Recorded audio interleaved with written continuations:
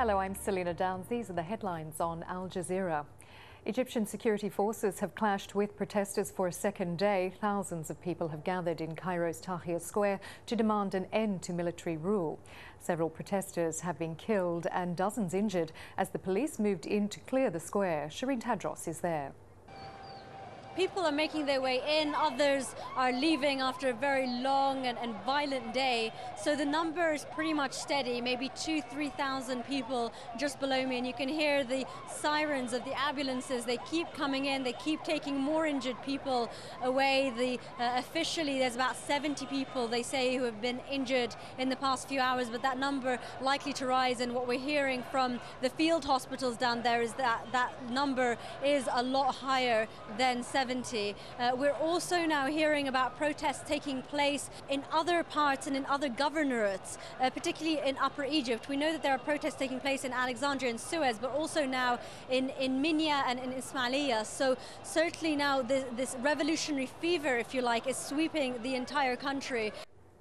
Libya's interim government says the country's former intelligence minister has been captured alive. Abdullah al-Sanusi was found at his sister's house in Dirat al-Shati. Anita McNaught has the latest from Zintan.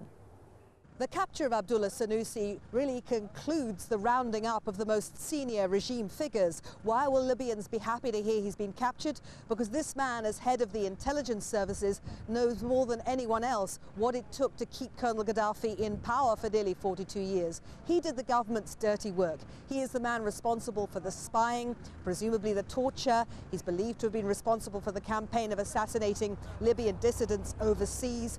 He's the man believed to be behind the the notorious Abu Salim prison massacre, when more than 1,000 prisoners were killed in the space of only 3 hours.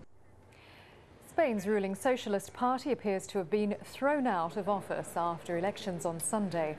Polls suggest the centre-right Popular Party, led by Mariano Rajoy, has won an absolute majority.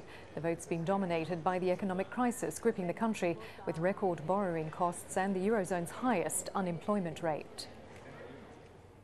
An internal probe into Sri Lanka's civil war has reportedly called for further investigations into alleged war crimes during the final stages of the conflict. The fighting displaced hundreds of thousands of Tamils, and many are only returning home now. And don't forget, you can watch Al Jazeera online. Head to our website. The address is aljazeera.com.